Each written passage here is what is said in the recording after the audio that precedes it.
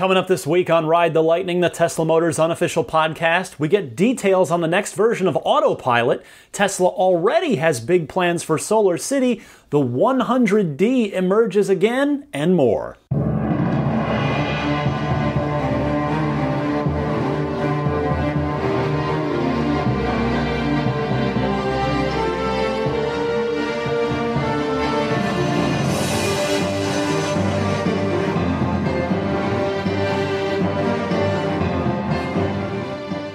What's happening, friends? Happy August 14th, 2016, or a little earlier if you're listening via the Patreon Early Access.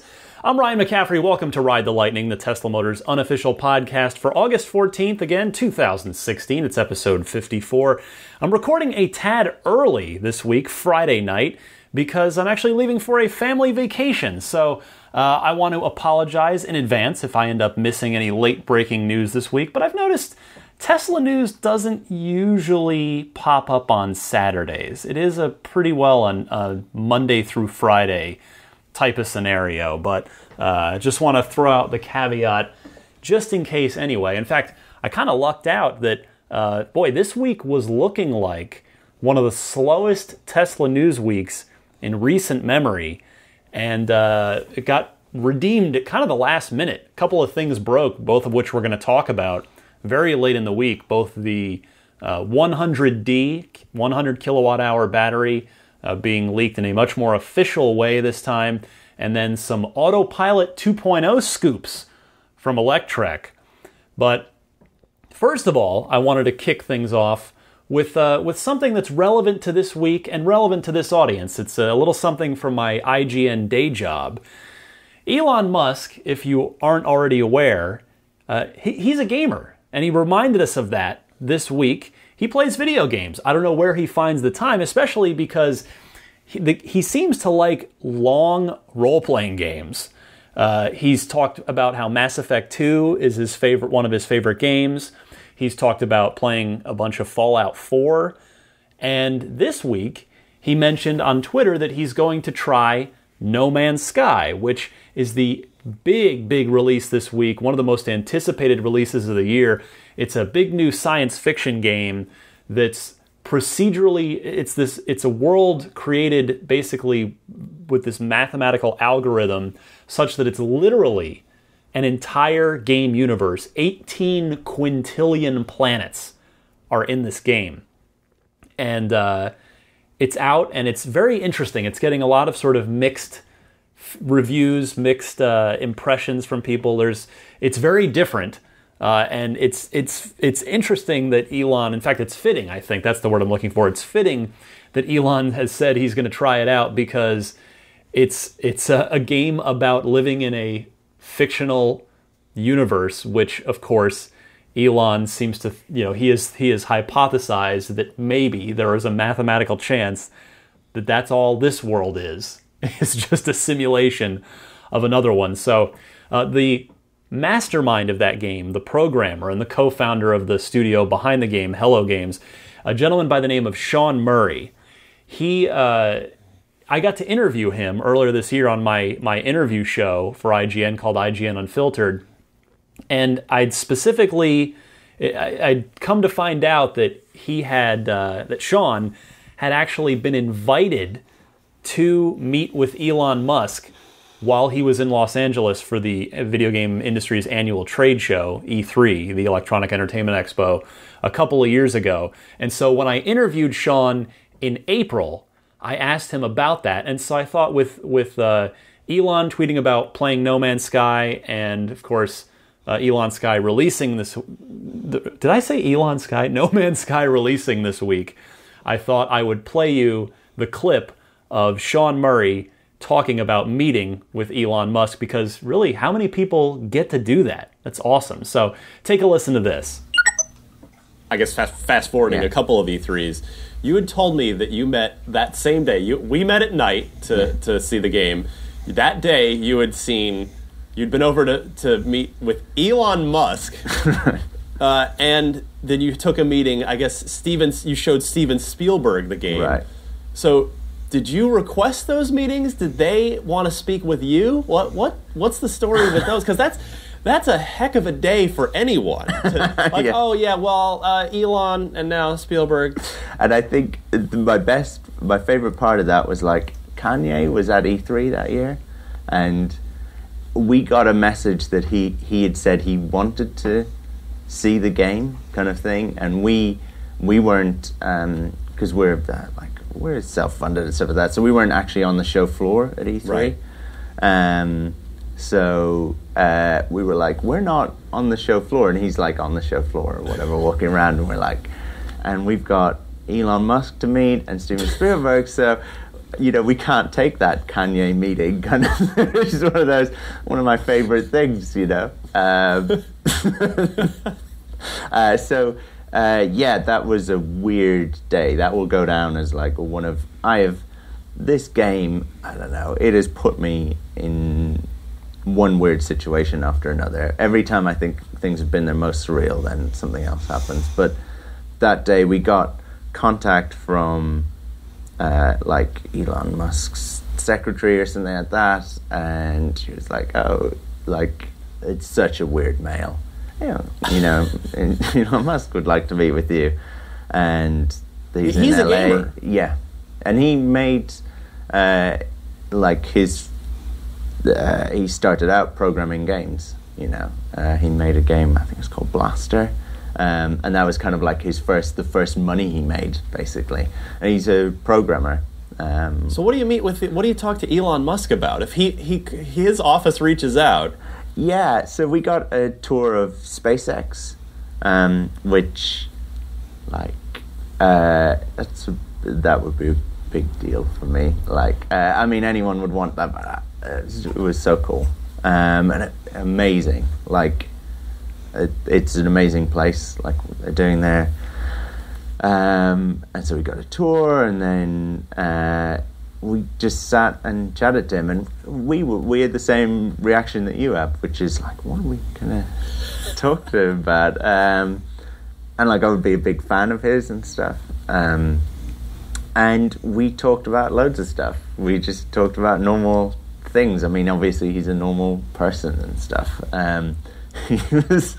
We talked about laptops, and stuff like that. He's buying a laptop. I was giving him recommendations. He's an incredibly nice guy, and obviously super, super smart, and we were talking about like AI, and at the time it hadn't been announced, but he was talking about how he was working on and telling us a lot about how he's working on the self-driving car stuff, and Autopilot. He's heading that up, and some of the problems, and just loads of things. He's fascinating. I mean, he has kind of a like a way of talking that you're not. Like, he's obviously thinking as much as he's talking. If that makes sense. It does, yeah. Right? And so we would keep waiting for him to just like ask us to leave, and we ended up staying there. Like, he had other meetings, and they were like queuing up, waiting for him, and people kept coming in and saying like, your next meeting's here and stuff like that. But we just stayed and chatted. It was really, really good to chat to him. Wow. I hope you like that. I thought that was really interesting. Sean was a great guest on my show, and again, it's just like, what are the odds? Elon calls you, or his office reaches out and says, Elon would like to meet with you. So Elon just keeping his finger on the pulse of everything, even video games. All right, on to proper Tesla news for this week. First up, SolarCity / Tesla. We'll see if it becomes official soon enough in the fourth quarter. As I talked about last week, we're expected to learn the ultimate fate there. But SolarCity has got a new product coming up that's very Elon Musk, very Tesla. And when I read this, it's one of those things where it seems super obvious, but apparently no one had ever thought of it before. I certainly hadn't. So here's the scoop. Right after Lyndon Rive, SolarCity CEO, referred to the unveiling of 2 new products coming up for Tesla, this is via Electrek, Elon Musk jumped in on the conference call and said that one of the products, quote, it's a solar roof as opposed to modules on a roof. Quote, I think this is really a fundamental part of achieving differentiated product strategy, where you have a beautiful roof. It's not a thing on the roof, it is the roof. So I saw this and I went, that's brilliant. That's genius, because if you can miniaturize the panels and manufacture them cheaply enough, both of which are things that Elon has been talking about over the last couple of years, this makes perfect sense. And this actually affects me personally. This is exactly what I need. My home in San Francisco is old, and as such, it's shaped. It's a, not a tiny house, but it's not a big house either, but it's just shaped such that I don't have a lot of room on the roof for solar panels. In fact, I called SolarCity, and after SolarCity, I called, I think, Sungevity or one of the other ones. I called a couple of them, but the first call I made was to SolarCity to inquire about solar energy for the roof, because PG&E out here in California, not cheap. It is not cheap to our energy bill, man. It is not pretty, at least in my humble opinion. So I investigated it, and SolarCity, just by virtue of taking a look at our house via Google Maps satellite view, had come to the conclusion that our roof space we didn't have enough roof space to get a sufficient number of solar panels onto the roof to sufficiently power the house. And the other one, like I said, I think it was Sungevity, told us the same thing. So a solar roof would be right up my alley. And depending on the cost, I mean, if it's a reasonable cost, because obviously, doing a roof is not cheap. So if doing a SolarCity Tesla solar roof is not too much more than doing a regular shingle roof, then that's going to be mighty appealing. And it does actually, the render that's on Electrek does look really cool. We'll have to see what the final product looks like, but I thought this was really, really interesting, and just something for all of us that are homeowners to keep an eye on, that maybe this is the future if you don't already have existing solar panels on your roof. Alrighty, next up this week, the 100 kilowatt hour battery has reared its head again. This time, it's not that it wasn't legitimate last time. From it was sort of found by that hacker who was putzing around the code base as he was doing that mod work on a car, on that salvaged car. The Dutch Vehicle Registration Authority, called the RDW, has apparently confirmed that Tesla has received official type approval for a P100D version of Model S and Model X. Now, I want to, of course, give credit to everybody who reported this. I saw it on InsideEVs.com, but it was first reported by a blog called Kenteken, or Kenteken, KENTEKEN.TV, so credit due there. And this is interesting. We all know this is coming, whether or not, even pre-hack from a couple of months ago. It's inevitable. Of course it's going to happen. But now it seems like it's going to be sooner rather than later, although even with this Dutch Vehicle Registration Authority thing, we still don't know exactly when this is going to happen. Here's the good part. So this is legitimizing it. This is kind of giving it a face. But what's more interesting is that the range of the battery packs for each car was published. Now it was listed in kilometers and in a European spec, which is different from a European testing spec, which is different from the EPA rating that the Teslas have on them now. And of course, all American vehicles, whether it's kilowatt hour, usage, mile per gallon equivalent, or just miles per gallon, it's all EPA. So the EPA translation here is 270 miles for the 100D Model X, and get this, 324 miles in the 100D Model S, which of course easily breaks through the 300-mile psychological barrier, well, and literal barrier, but particularly the psychological barrier. That's what I wanted to key on here, because I think that breaking that psychological barrier is a big deal that I truly believe could spur some serious new sales for Tesla. Not that they're having any trouble in the sales department, but the 300 number is such a range anxiety killer. And I think it could trigger not only a lot of fence sitters to buy the car, people that have kind of been hanging back on, yeah, okay, I see all these accolades and awards and it seems great, but that range is not quite enough for me. 200 and whatever. It's creeped up to, I think, 288 for the 90D. But I could see fence sitters, this finally pushing them over the edge to saying, okay, I'm going to order one of these things. This, it can go 300 well over 300 miles of range. But I also think that this could spur another wave of trade-ins and upgrades from early adopter owners who haven't already upgraded to, a lot of people, at least according to what I could see on the Tesla Motors Club forums, which, yes, it's an enthusiast forum, but it's a good, sort of sample size of the larger Tesla ownership community.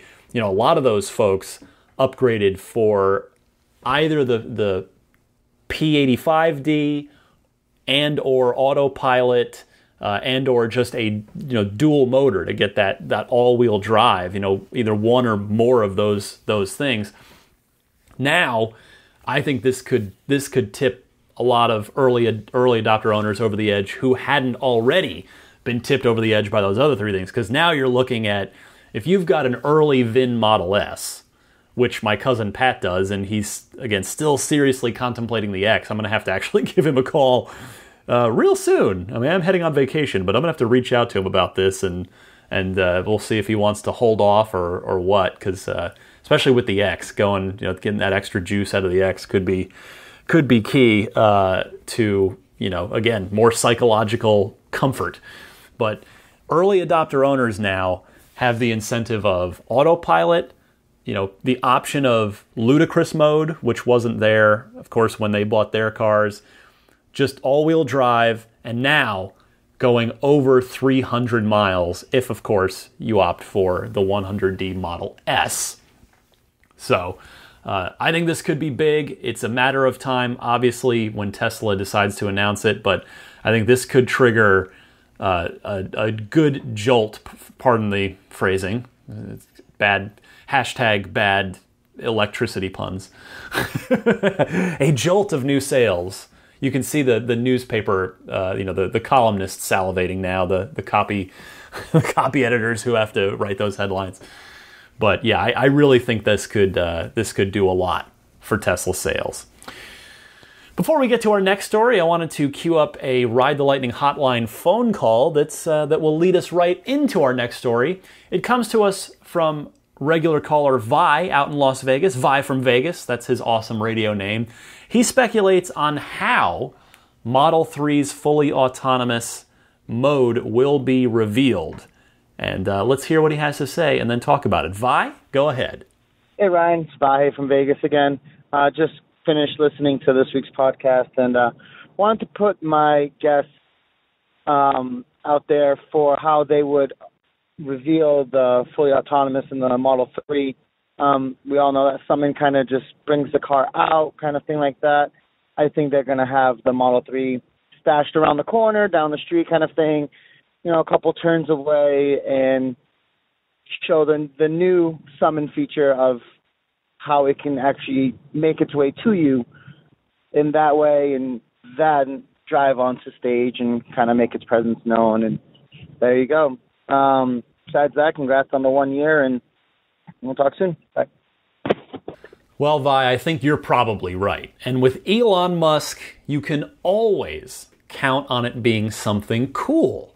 I mean, the guy knows how to put on a show among many other talents, and maybe the event will be out, your call got me thinking, maybe the event will be out back at Fremont, surrounding the test track. Maybe they'll set up some grandstands, who knows? And maybe we'll see the car drive itself around the test track, because there are lots of banks and curves and turns on the test track. It could be a good showcase of this car doing its thing by itself. On that note, big credit here to Electrek for picking up a huge Autopilot 2.0 scoop. This comes from Electrek, quote, "Sources with knowledge of the Autopilot program told us that the new suite of hardware will keep the current front-facing radar and add more around the car, likely one in each corner. Additionally, the system will feature a new front-facing triple camera system, for which we are told Tesla started installing new housing in cars this week." So if that bears out, we will probably start to see those cars in a month or less, I would suspect. That is going to be something that people taking delivery pretty soon are going to want to keep an eye on. Electrek wasn't done.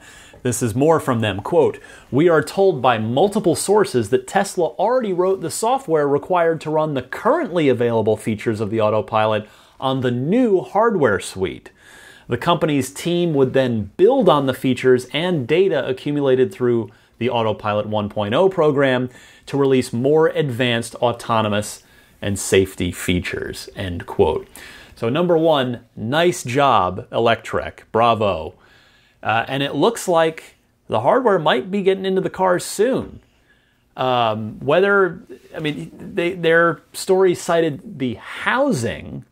That doesn't necessarily mean the hardware itself, because if you followed along closely, you may have noticed on the forums or elsewhere, I don't know if I've mentioned it on this show, but we've seen new Model X's that have housing for a dual front-facing camera setup rather than the single camera. If you look at the top of the windshield of a Model S from the outside of the car, you'll see that one thing. And if you look at it at the outside of an X, on the new one, you can kind of see the dual housing there. So the housing does not necessarily mean the hardware itself.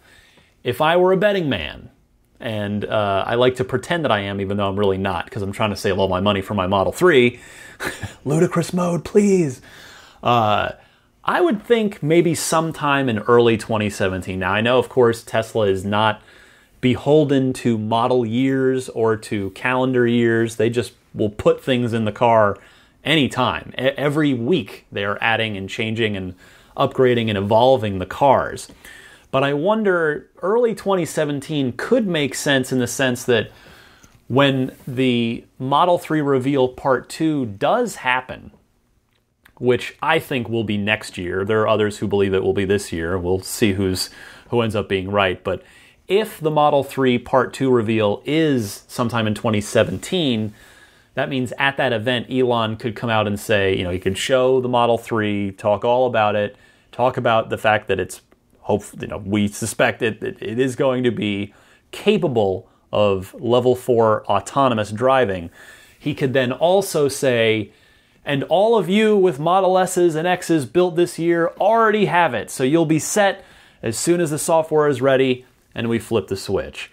So, and of course, just to make it abundantly clear, because I know a lot of this audience, a lot of you out there are, like me, Model 3 reservation holders, and the 3 is what you are waiting on. Of course, all of this hardware is certain to go into every Model 3, because remember, we're pencils down on Model 3 now, according to Elon and Tesla. So I would suspect that this hardware, this whole same suite of hardware, is going to go into every single Model 3, whether or not, of course, I don't expect the software to be ready quite yet, and even if the software is, Elon has warned us that the regulatory approval probably won't be. But that is something to keep an eye on and to get fired up about. if you're a Model 3 owner. I mean, I know we've all been expecting this, and this still isn't confirmation of it. I'm still sitting here speculating. But I think this is reason to get excited. This is awesome. This is just Tesla continuing to move forward. And in fact, on that note, you remember Elon said a while back that he was personally interviewing Autopilot candidates to hire at Tesla. So this is a high priority project at the company. You know, this is just yet more evidence that Tesla is pushing forward and pushing forward hard when the rest of the industry is barely starting to catch up to what Tesla's had for over a year now. In fact, I'm talking specifically about just like in the last week specifically, and then for Volvo, and then Mercedes a little less recently, but still recently. Mercedes and Volvo are just now advertising Autopilot 1.0 equivalents. In fact, Volvo, somebody, a kind listener, in fact, sadly don't have his name in front of me, but had tweeted me the Volvo thing, and they made the mistake that they are no doubt going to regret very soon if they've learned anything from Tesla. Not that Tesla has done this, but Volvo made the mistake of referring to it as self-driving. So, which of course it is not. We've learned that the public does not want it called that just yet until it can actually do that. So, anyway, big story this week. Great scoop by Electrek. You saved the show this week because it was going to be a real slow news week heading into my vacation. But a lot of stuff to get excited about there. Whether you are a soon-to-be Model S or X owner, or whether you, like me, are a Model 3 reservation holder. Finally, this week, that's just a fun, just a little dessert story for you here after we had our main course up front. A gentleman, and unfortunately an unidentified gentleman, his YouTube channel, I'll give him the plug, his YouTube channel is the Tesla Racing Channel. He posted a video, which I caught this week, of his P90D ludicrous Model S running a 10.8 second quarter mile. In fact, he ran several of them. That was the quickest one. So, in fact, here he is in his car. He had some GoPros going on in the car. Here he is rolling up after his run to get his slip from the scorekeeper, for lack of a better word. I'm sorry. I've never been to a track before in a car because I've owned a DeLorean and an Infiniti. Neither one are good for track material. So I'm sure there's a name for that person, but I'm going to just go with scorekeeper for right now, and feel free to correct me. So here is the driver coming up to get his slip. What's going on, man? Thank you, bro. Ooh, a 10.80. Holy crap. So that's pretty cool. It seems like the extra power that the newer P90 DLs have seemingly been kicking out, according to measurements taken by intrepid Tesla Motors Club forum members, that extra horsepower, that extra juice seems to be paying off right here. Now, it's worth noting, or at least the one thing I observed from just watching this guy's YouTube video, this car didn't have a panoramic roof. And he didn't look like a particularly big guy. He looked kind of like my size. I'm like Skeletor. So I wonder if not having all that glass weight in the roof, and then not being a particularly big driver might have helped him shave just a little bit off. You never know, but it's that extra power is probably the primary reason for this.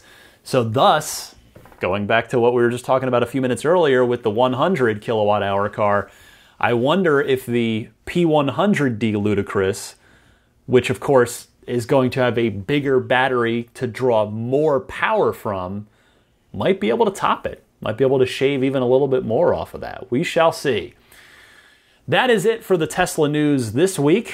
Like I said, I was terrified it was going to be the slowest week in months, but we got bailed out with a few interesting stories that broke late in the week. I'm going to come right back after this. Got some, definitely we are not slowing down in the Ride the Lightning hotline department. Got several excellent phone calls queued up for you right after this.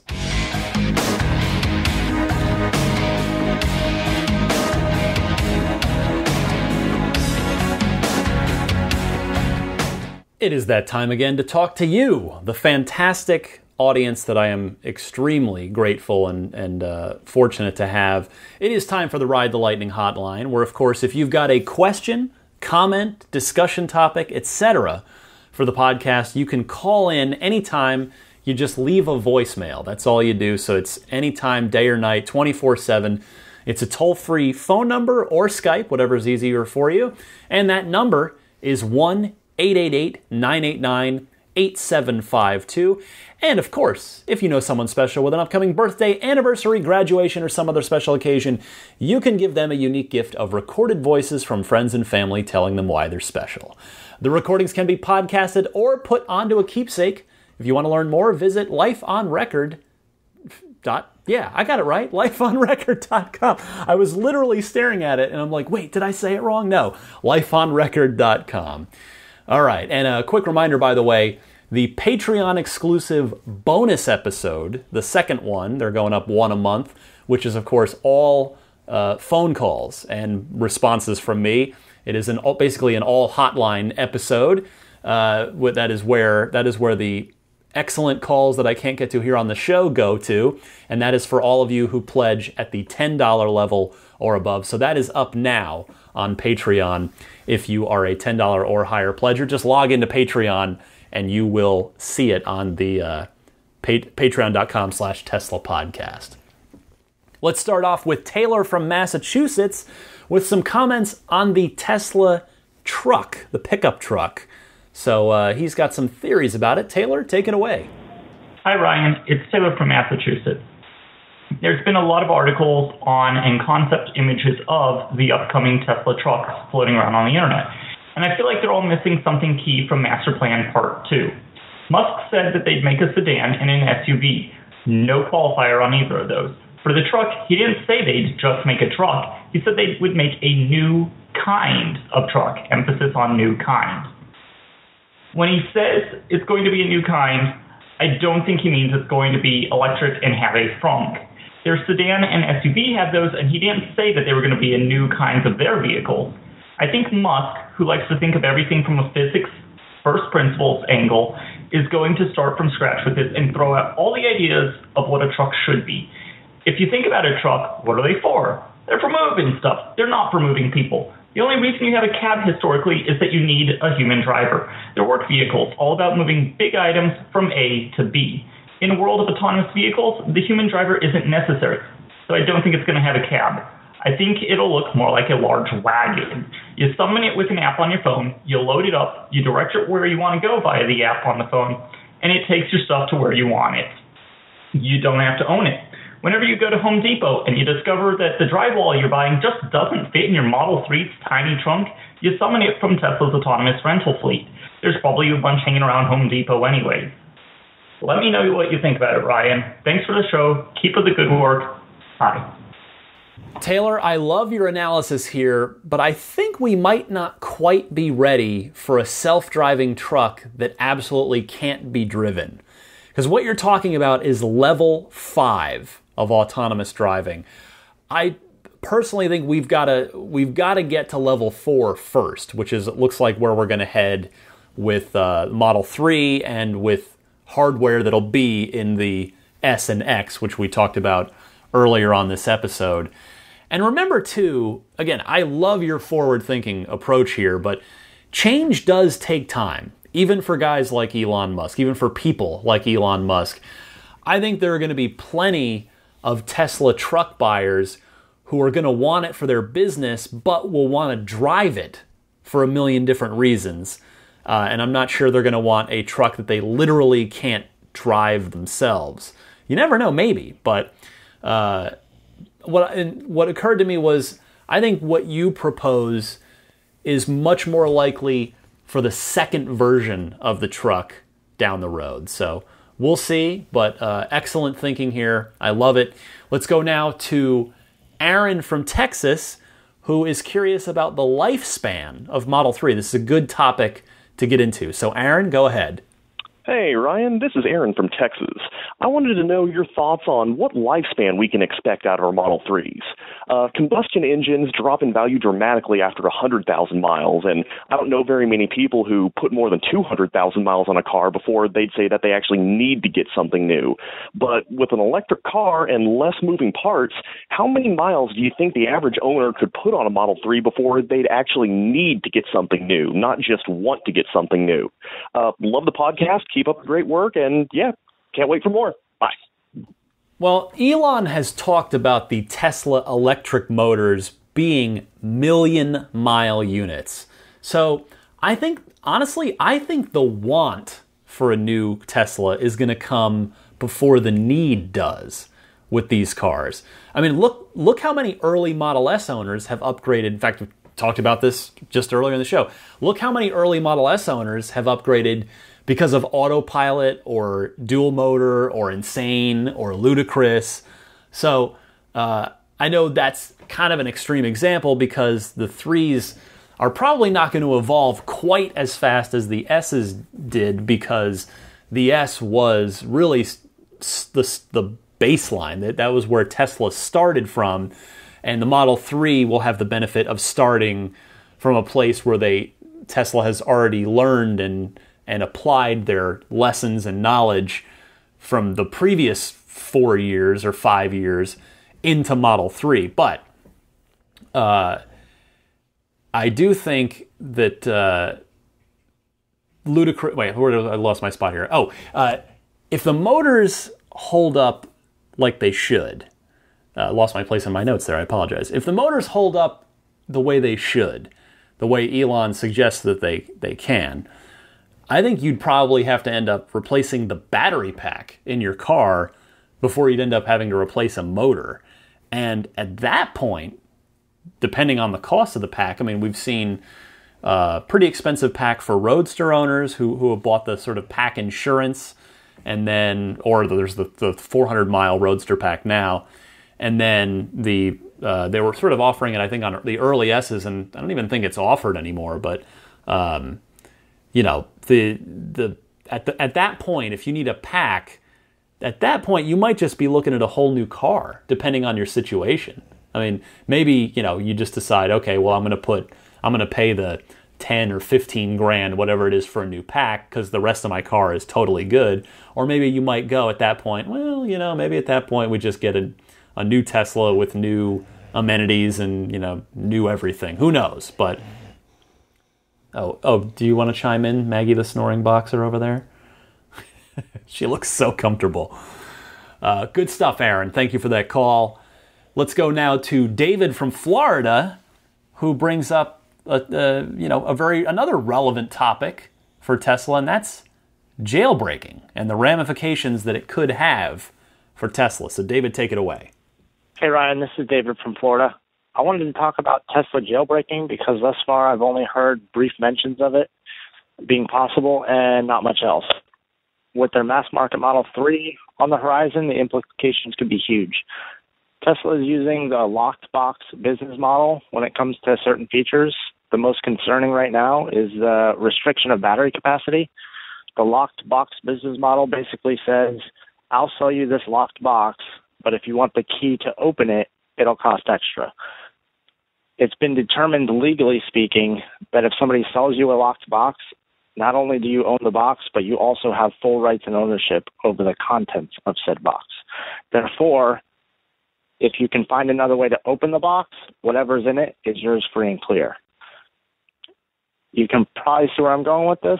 If your 60 kilowatt Tesla has a 75 kilowatt battery in it, and you have an alternate way of accessing the extra capacity, then you're well within your rights to have at it. Now, you might be thinking, what about voiding the warranty? This is where it gets especially tricky for Tesla. Apple might be able to get away with voiding your warranty on your jailbroken iPhone, but it's not as straightforward for an automaker. Again, legally speaking, you're allowed to modify your vehicle in any way you see fit, and an automaker cannot automatically void your entire warranty for doing so. They have to show evidence a modification directly caused a specific failure. For example, my Nissan Versa owner's manual states that my car cannot be used for towing. If my transmission were to fail, the dealer cannot point to a custom tow hitch and automatically void the warranty. They have to be able to show evidence the failure was caused by towing. To add to this, let's say they determine towing was the cause. The rest of the car's warranty will still be in effect, so later on, if a fuel pump goes bad, let's say, it's still covered. This means that jailbreaking your Tesla does not automatically void your entire warranty. Tesla has to show evidence the software modification was the specific cause of the fault. It'll be interesting to see how Tesla addresses these potential exploits. And, I mean, that's really it. Love the podcast. Keep it up. Thanks. Bye. It's an excellent thing to bring up, David. Now, I don't know how the legal stuff would actually go. I mean, not that I don't believe you, but as you yourself said, it's complicated. But I think this largely ties back into the overall topic of hacking the car. I don't know how long you've been listening, but a while back, months ago, I think at this point, I did a story about Tesla actually inviting hackers to try and crack the car. Nobody could do it until someone had access to the car for, if I remember right, something like 2 days, and they had to actually be inside the car. So, and then even then, Tesla simply patched out the vulnerability that the hackers were able to discover in the car's next firmware update. So I think that's a big factor with what you're talking about. I mean, let's say someone did jailbreak the extra battery space somehow. Wouldn't the next firmware update just undo it? I don't know. I mean, and then, you're bringing up, would that person be legally entitled to that? I'm not sure, but it'll be interesting to see. I think, I'm confident you're probably right. It's probably going to happen at some point. The question will be how it's handled from that point. So time will tell. We shall see. Let's move on now to Richard from the UK, who comments on the UK tax system and the changes that are happening there that affect potential Tesla buyers. So, Richard, I'm going to let you explain away here, sir. Hi there, Ryan. It's Richard from Bournemouth in the UK here. Huge fan of the show since I discovered it on Teslarati around the episode 30-something. And I'm currently listening back to every episode again on Stitcher. Anyway, so much to talk about, but I wanted to raise an important point for new UK Tesla owners thinking of buying within the next year as the vehicle tax system is changing.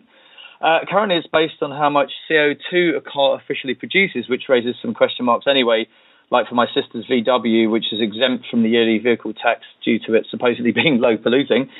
But in April 2017, the whole tax structure is changing and a new premium category is being added, which means that any car with above a £40,000 on the road price is going to be hit with a £310 a year tax for the first 5 years, which is about $400. So irrespective of whether it produces CO2 or not. Now, some people have called this the Tesla tax, but hardly anyone seems to have any idea this is happening. You might have heard of the recent political crisis in the UK and the insane, or maybe I should say ludicrous, vote to leave the European Union, which then forced a complete change of Prime Minister and the Cabinet, who brought in this new vehicle tax structure. So now that we have a new Chancellor, we might have an opportunity to get our local MPs to put some pressure on the government and get this crazy idea changed and remove any vehicle tax for zero emissions vehicles.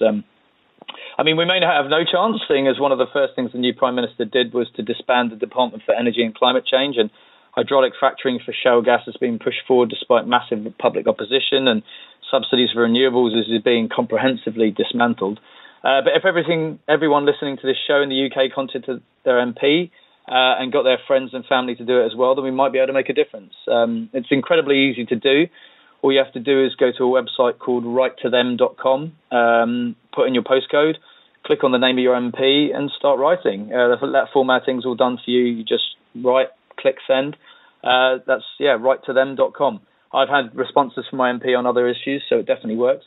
Anyway, that's about it. Lastly, I just wanted to say we're having a Tesla Powerwall installed next week, which is really exciting. So, yeah, lots of exciting Tesla things happening. Love the show. Keep up the great work and all the best. Bye.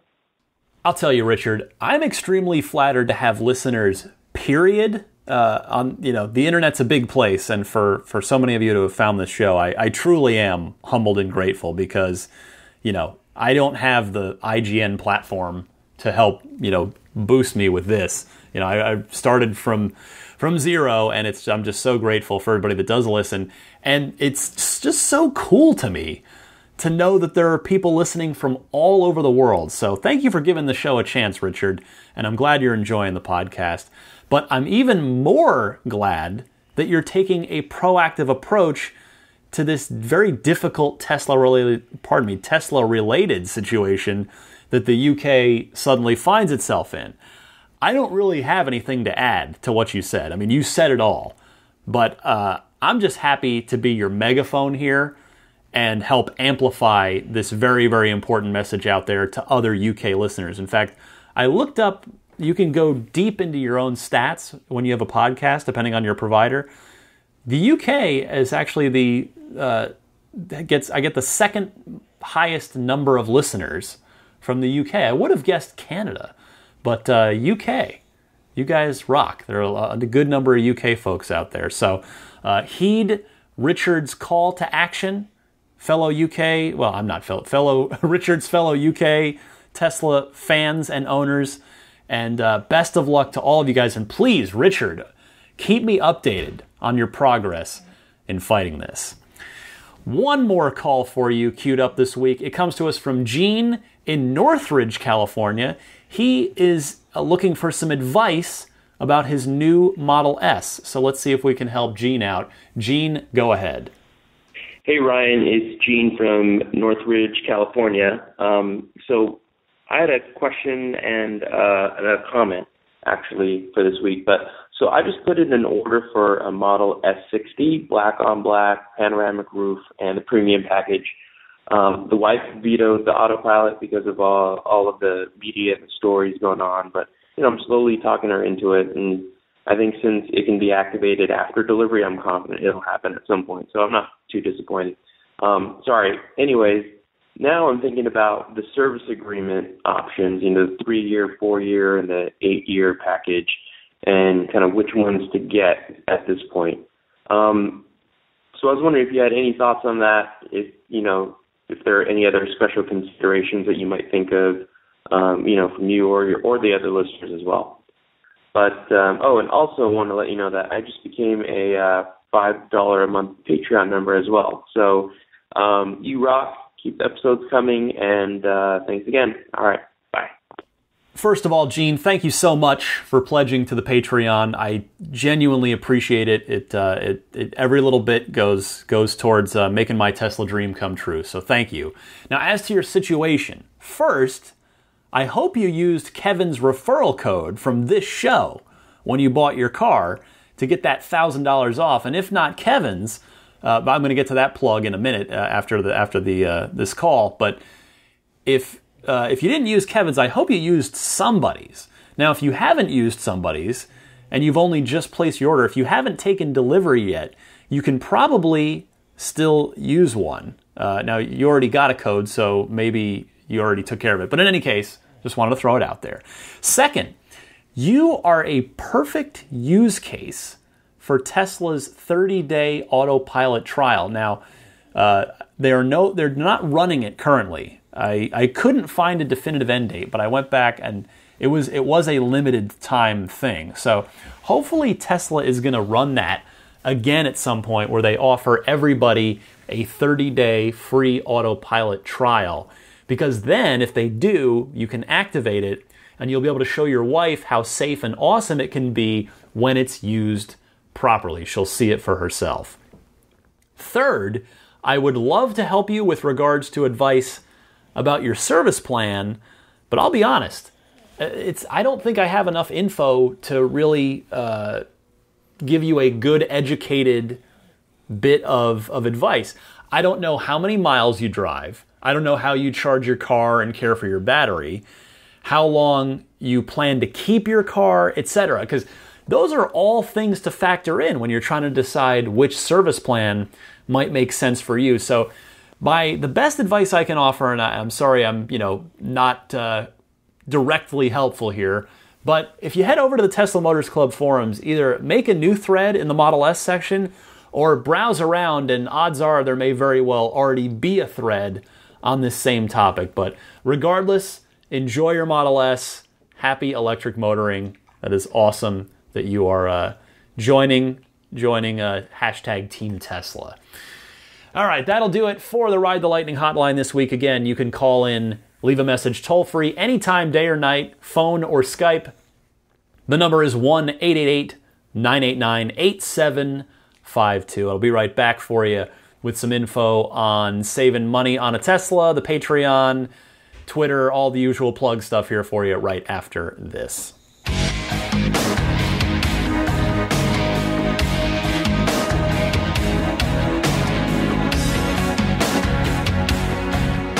All right. I remind you that I would be mighty grateful if you would at least take a look at my Patreon page. If you have not already, go to patreon.com/Tesla Podcast. That's Patreon spelled Patreon. Again, a lot of hours, a lot of energy and enthusiasm, passion, time, and work goes in. A lot of research goes into this podcast. So if you enjoy it, if it is useful to you, each and every week, I would be very flattered if you would consider a pledge on the Patreon. Meanwhile, if you are joining the Tesla ownership community, if you're ordering a new car, be it an S or an X, you can save yourself $1,000. Kevin Rapp, my kind donor of the referral code, will get some prizes, and I will get a chance to make my Tesla dream come true sooner rather than later with that entry into the ludicrous Model X raffle. So again, if you're buying a Tesla S or X, type this into your browser, ts.la/Kevin4901. Reminder, you can follow me on Twitter at DMC_Ryan. And if it won't fit in 140 characters or you prefer email, the email address is teslapodcast@gmail.com. If you're a video gamer, my day job, you can find me on IGN.com. I played you a clip from IGN Unfiltered at the top of the show. That's my monthly interview show. Dave T's weekly Tesla newsletter. You know it, you love it. If you're not already getting it, it's very easy to do, and I highly recommend it. TeslaWeekly.com is the site to visit and sign up for free. TeslaRotty.com, meanwhile, does a great job of keeping up on all things Tesla. I love that site. Gene and the crew there do a wonderful job, Electric Gen. And let's see. Oh, of course, Abstract Ocean. I've gotten a lot of great feedback about Abstract Ocean. Happy to mention them here. For all of you who are Tesla owners, maybe you already have a Tesla or you're about to take delivery, check out abstractocean.com. They've got a great selection of very, very useful Tesla accessories, such as their LED lighting kit, their silicone key fob pockets, etc. They've got more stuff on the way as well. So take a look at abstractocean.com. Most of you subscribe to the show already, but if you don't, you can do so very easily. That's the easiest way to make sure the show just comes right to you automatically. You can do that on iTunes, Google Play Music, Stitcher, TuneIn, or via the RSS feed directly on the show website, the hosting site, which is teslapodcast.libsyn.com. And I real quick want to thank, of course, my Patreon producers. These are the very kind folks who are pledging at the $20 or higher level, and those kind souls are Jeff Bartram, DJ Harbaugh, Pete White, Wolfgang Obergen, George Cassiopo, ZL Klein, Luke Batt, David Brander, Nick Hoffman, Ralph Weiss, and Jonathan Wales. That wraps it up for, episode 54 already of Ride the Lightning. I will be on vacation all week, but the show I'm back in time to get you a show at the regularly scheduled time next week. So as far as you guys are concerned, nothing will have happened. Nothing will have been different, but I'm looking forward to getting out of town for a little bit and having a good time here, enjoying what remains of... We haven't gotten a summer yet here in San Francisco, so I'm going to where there is summer. Very much looking forward to that. But again, I truly cannot thank everybody who listens enough. It's just this community just warms my heart because, a lot of times IGN affords me a what I consider to be a very large following on social media and on IGN. And in the video game world, people aren't always super nice. A lot of them are. Many of them are you, and you guys are great, and a lot of people are great. But the old saying, "A few bad apples spoil the bunch." It is true. And but boy, the Tesla community, and even more specifically the Ride the Lightning community, the people that tweet me, that email me, that call in, that pledge on the Patreon, you guys are just the nicest, most supportive group of people, and it really just makes me feel even better about doing this podcast that was born of it's a passion project of mine. And again, I'm rambling now, but I really do just want to thank all of you for your support. So happy electric motoring to all of you, and I will see you back here at the regularly scheduled time next week.